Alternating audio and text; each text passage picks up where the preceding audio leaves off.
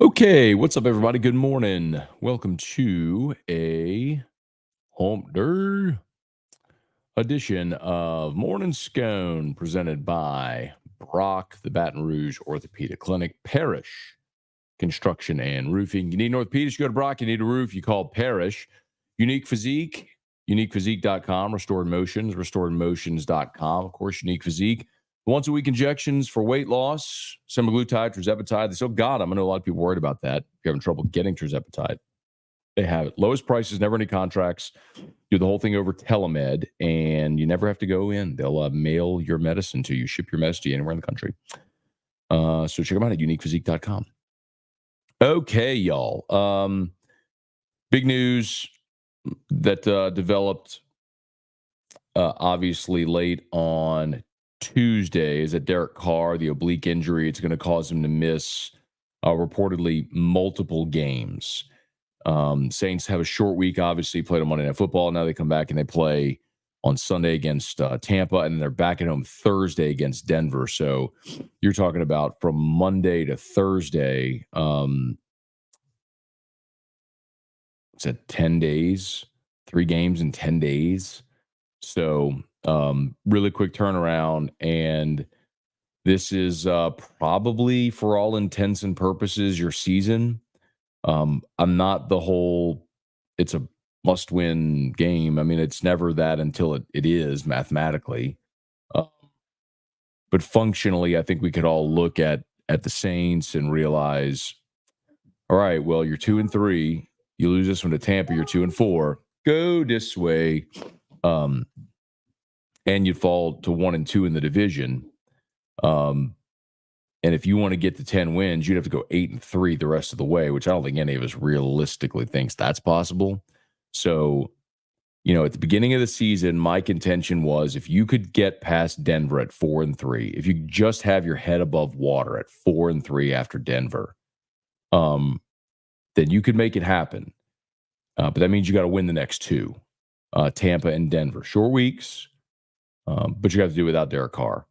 And I know I poo-poo Derek Carr, and I have, because he's not a championship quarterback, but he is the best quarterback on your roster, bar none. It's not even a conversation. You are better with Derek Carr than you are with Haener or Rattler. But if Carr's not going to play, you got to pick one of the other 2 guys. And one of the reports was it looks like it's going to be Spencer Rattler, which quite honestly, I'm excited about. I'm a little confused as to why, if you went with Haener in game, why then you'd go with Rattler now? Like, why wouldn't you just prepare Rattler to be the backup last week if he was the guy instead of the third emergency quarterback? But both these guys went through camp, and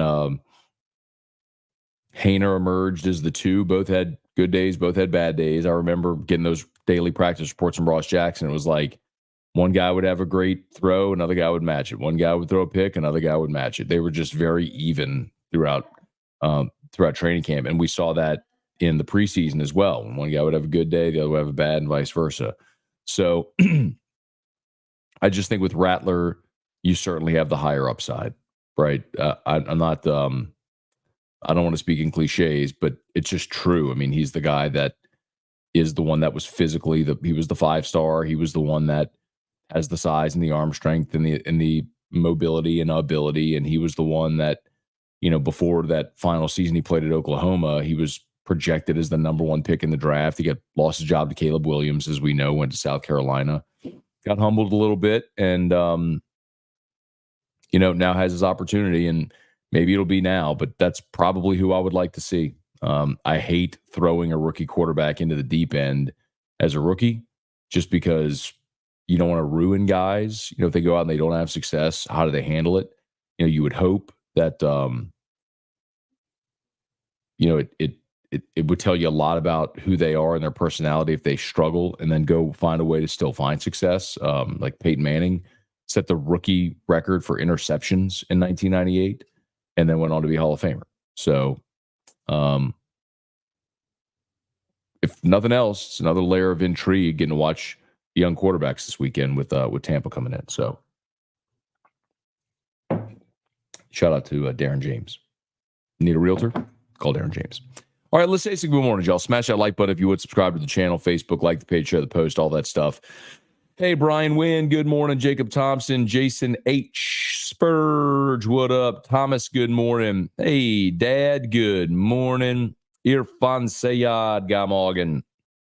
Eli, Matt, your segment on Bama's loss to Vandy was laugh out loud funny. Thank you. Appreciate that, Eli. I enjoyed performing the segment as well.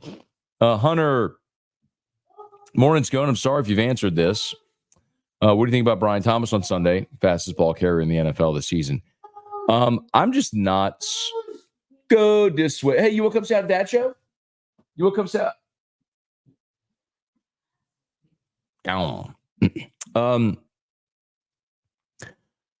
Yeah, man. I think Brian Thomas is awesome. And his NFL, the start to his NFL career reminds me of the start to his college career, or his entire college career, which reminds me of his high school career, which is that Brian Thomas has dominated every level. He's just not a very boisterous guy, so you don't pay attention to him. I remember he was a 5-star coming out of Walker, and he didn't have some big signing day ceremony. There wasn't all the hats on the table. He just committed to LSU and signed. It was just not. He just doesn't want the fanfare. It's the same thing. As great of a player as he was at LSU when he led the nation in touchdown receptions last year, you just didn't really hear Brian Thomas talk very much because that's just not his personality. Now, Malik's loud. Malik's awesome. Kayshawn was loud. Odell, Jamar Chase, Justin Jefferson, those dudes will mosh you and let you know. Brian Thomas just goes and blows the top off of defense and runs like a deer and is a giant and catches everything and just okay, he's great still. Yep. But I'm fired up for him, man. He's a legit number one, man. He's awesome. Zandale, morning, Matt. Love Spencer to start. I feel like we all know he won't. I don't know that I agree with that, Zandale. The report was that it seemed like he would be the guy. So I don't know that I would necessarily agree with you. I would bet that he is the starter. Dane, good morning. We need to start a pool the next time T-Bob travels as to the number of items he loses. I'll take 5 squares. Deborah, good morning. Thomas, informative interviews yesterday. Thanks for listening, Thomas. Appreciate it as always. Till, morning from Lake Chuck. Got to be Rattler, right? I would assume, look, they're back on the practice field today. So Tuesday is a day off in the NFL, right? It's an off day. So Saints played Monday. Tuesday was an off day. They'll be back at practice today if media availability. So we'll hear from Dennis Allen. And remember, there are open portions of practice for the media as well, which is mandated by the NFL. So, we'll see if Dennis Allen actually announces a starter today. But I feel like the media will also know based on what they see. Because again, whoever your guy is going to be, you got to commit to him this week, right? You got to commit and say, you're going to go get all the reps because we got to get you ready to play. I don't think it could be this 50-50 rep split at practice. You got to get whoever, make your decision and then roll with that guy. Wacky Chris, good morning. Whoever has the higher ceiling, be it Rattler or Hainer, start that quarterback. I don't trust this coaching staff to do much of anything positive. Delusional optimism is running out. Jesse, morning, Matt. Rattler and Hainer are working. So that is a reference to it was our friend Mark, who yesterday on the show said that Derek Carr was a work in progress, and I blew a gasket. Go this way. You're not a work in progress in year 11. You are made of concrete and steel. You know what you are in year 11. Gregory, good morning. Brian Jones, same to you, man. Thank you. Hey, Brad, good morning. Bailey, good morning. Bubba, morning. Get to celebrate the Big 4-4 with the Hurricane tonight. Hoping for power and internet Saturday to be able to enjoy the games. Well, Bubba, happy birthday, first of all. Cheers to you. Always great to celebrate another trip around the sun. We'll be thinking about y'all and certainly praying for everybody in the path of the storm. Most importantly, man, just be safe. Too many times people in these storms, they just act silly. Like, Mother Nature ain't nothing to mess with, man. Y'all be safe there, okay? Hey, Abner Neal, good morning. Bubba, Weston, Damon, One Nerdy, good morning. Nikki, Denver signed A.T. Perry. I'm not surprised. Especially considering you got to play Denver a week from tomorrow. I mean, if you're Sean Payton, wouldn't you want that guy in your room? Good to sweet. Mason, good morning. Tiger Diver. If when Allen is let go, who do you think the Saints target? Let's cross that bridge when we get there. I think there are the obvious names around the NFL that are going to be highly coveted. Bill Belichick is going to be highly coveted. Ben Johnson is a guy who a lot of people thought would get a job last year. I mean, Clint Kubiak's a name that you hear a little bit. But is Mike Vrabel interested in coaching again? Do you go with a defensive coach or do you go back to an offensive coach, being that you have a defensive coach right now? Do you bring Aaron Glenn back? I think I don't know. I don't have a great answer to that question. Rusty Abear, good morning. Brian, let's see. Told by someone, Carl.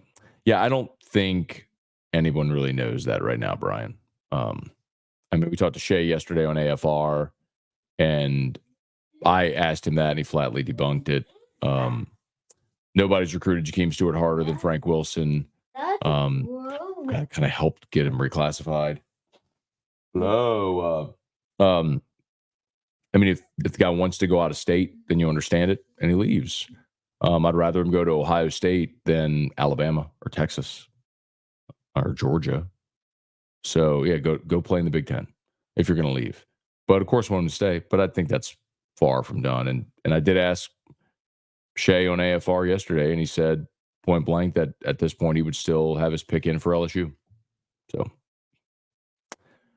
Chance, hoping Trey Harris is out this week only. Como has been an impressive list of alums. Yeah, Malik, Brandon, Staley, Harris. The thing about Harris is, and for those who don't know, Trey Harris, Ole Miss wide receiver, suffered the ankle injury against Kentucky or against South Carolina this past week.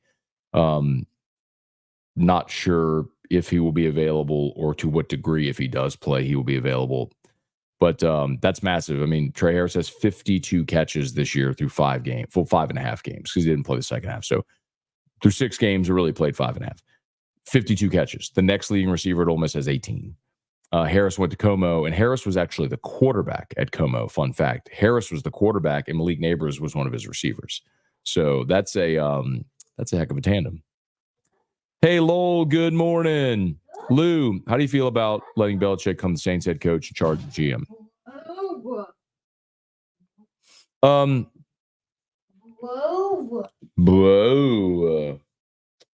Bill Belichick's the greatest coach of all time. So if you can get him, of course. I think I don't know why he would come here, though.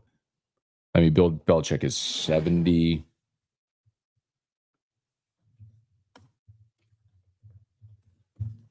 Bill Belichick's 72.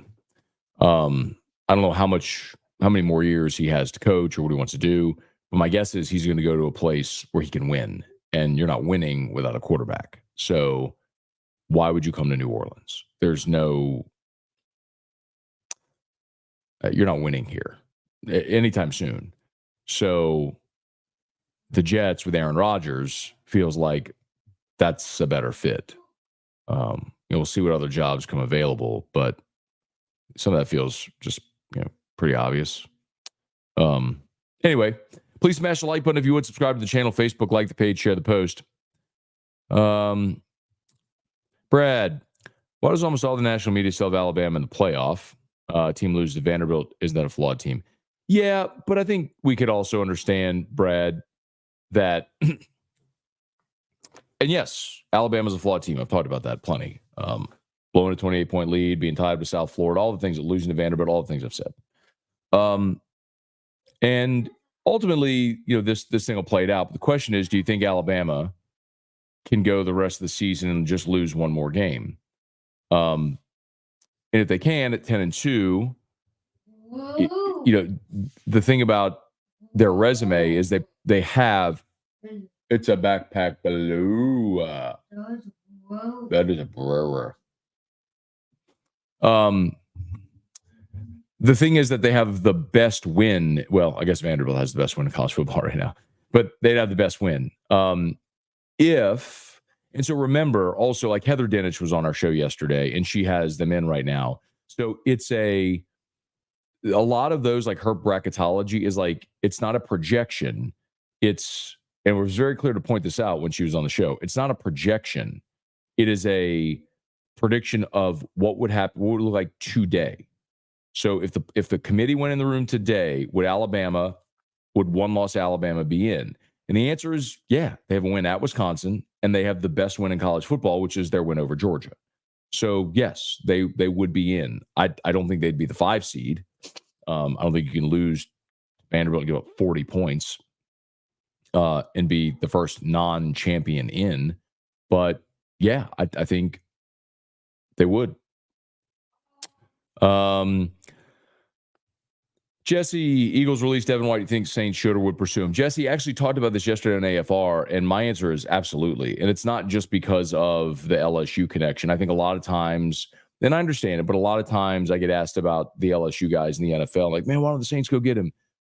This is one where I think it actually makes sense. Now, I think there is one very obvious question that has to be asked.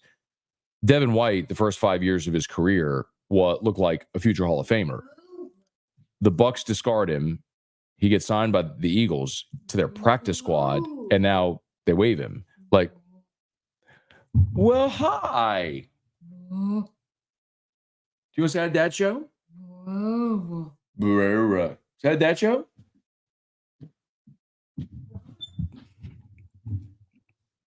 Count. So I think there is that question of like, what is going on with Devin White? Like, why? How did he go from? I mean, just 2 years ago, like the 2022 season, he had 124 tackles. Like he was one of the leading tacklers in the entire NFL. He went, here he goes, a rookie 91 to 140, 128, 124. And then last year, 83 tackles, played in 14 games for Tampa. And then, then he's gone, be it over contract dispute or whatever it might have been, signs with Philly, and now they waive him. Yes, I think the Saints, especially with the injury to Willie Gay, injury to Pete Werner, and Demario Davis, who was back this past week. But yeah, I mean, a guy that is a better option than Anthony Orji and DeMarco Jackson, and a guy that knows your division, and a guy that knows Tampa, who you play this week. So, yes, I would sign Devin White this week.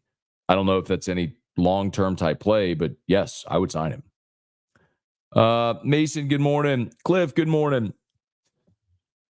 Sit us down and you'll have to tell us why LSU can beat Ole Miss. Well, I think that's easy. I don't think winning the game is easy. I think the explanation of why LSU can win is an easy explanation. And it's the reason that over the summer, when we're doing the whole, win-loss thing on the schedule, I picked LSU to win this game. I think Ole Miss 1-85 has a better roster than LSU. I don't really think that's even debatable. I don't think anybody would push back. I think LSU's got really good players, but I think especially the way Ole Miss hammered the portal, I think Ole Miss has a better roster. Which, okay, not dramatically better, but better. But I think sometimes our opinions are a product of of reactions and overreactions to what we see at the beginning. And what do I always say? Winning mass deficiencies, losing magnifies them.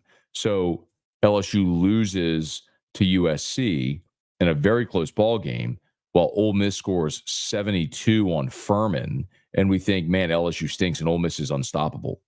Well, they played Furman. I mean, that was a heavyweight going against a lightweight. It's just, there's a reason we have weight classes. So the first time Ole Miss had a punch at its weight, they scored 17 points and lost in their home field. And then they go to South Carolina and defensively played pretty well against a terrible quarterback in Lenore Sellers, who I told you he is a terrible quarterback. He's a good athlete, and he might end up being a good college football player. But he is not a good quarterback today. And they held him to 3 points, and they won 27-3. And now they've lost Trey Harris. This will be their 7th consecutive game, 3 straight SEC games, back-to-back road conference games, while LSU spent the last month challenging itself, getting better, and now they're coming off a bye. So there's a lot of reasons to like LSU. Oh, by the way, they're at home, night game, Death Valley. Ole Miss hasn't won in Baton Rouge since 2008. There's a lot of reasons to like LSU in this game. I think this is a coin flip game. I do not have a strong feeling on, like, if I'm a bettor, I'm on a side. I think my play is the total, which is the under. I feel the exact same way about this game that I did about Southern Cal.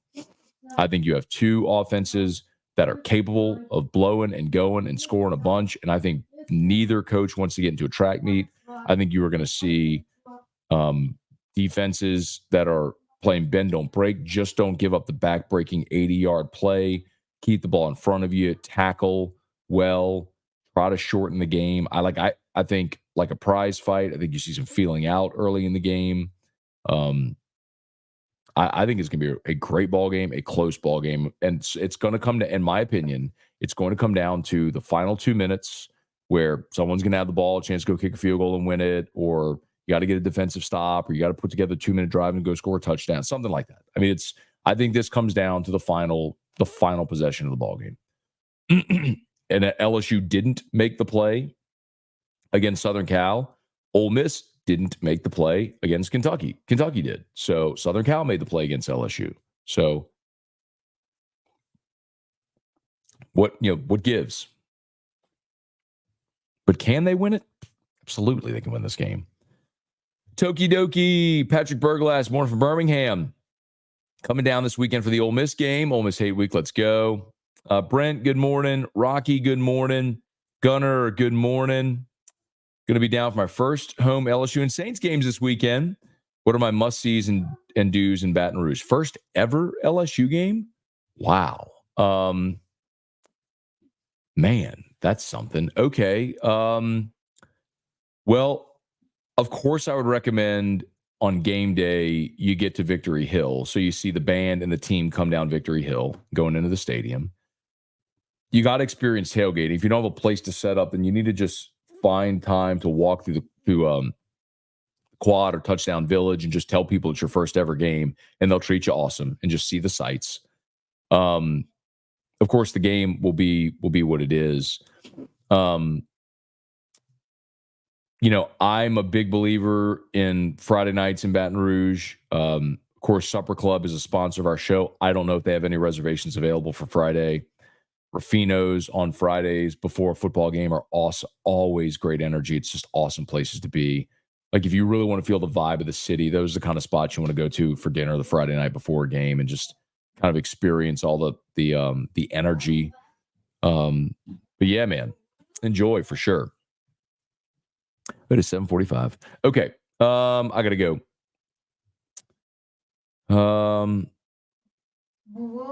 Matthew Thomas. Whoa. Thomas, Fred, if Rattler Hainer balls out, you think Carr will lose his job like Winston did?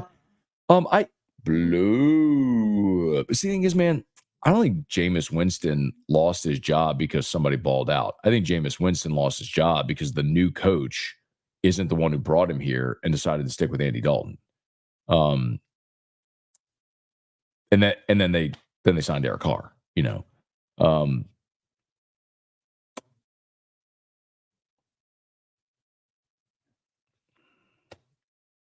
when Jameis got hurt in 21,